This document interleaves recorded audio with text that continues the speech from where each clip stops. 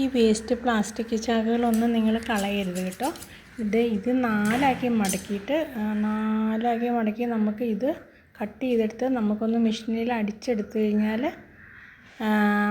അല്ലെങ്കിൽ മെഷീൻ ഇല്ലാത്തവരാണെങ്കിൽ സൂചി നൂലും വെച്ചിട്ട് പ്ലാസ്റ്റിക് നൂല് വെച്ചിട്ട് ഒന്ന് തയ്ച്ചെടുത്താൽ ഒരുപാട് കാലം യൂസ് ചെയ്യാൻ പറ്റും. ഗ്രോ ബാഗിനേക്കാൾ കൂടുതൽ ഈട് നിൽക്കും.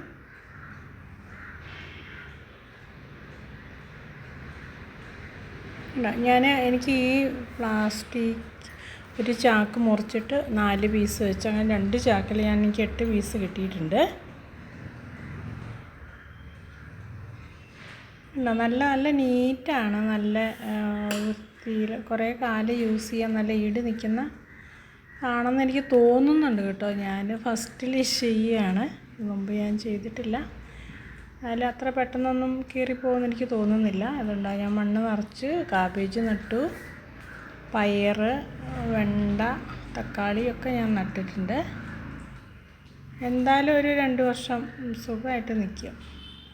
അപ്പോൾ എല്ലാവരും ഒന്ന് ട്രൈ ചെയ്യണേ. അപ്പോൾ ഈ ചാനൽ നിങ്ങൾക്ക് ഏതെങ്കിലും തരത്തിൽ പ്രയോജനപ്പെട്ടെങ്കിൽ ലൈക്ക് ചെയ്യാനും ഷെയർ ചെയ്യാനും സബ്സ്ക്രൈബ് ചെയ്യാനും മറക്കല്ലേ.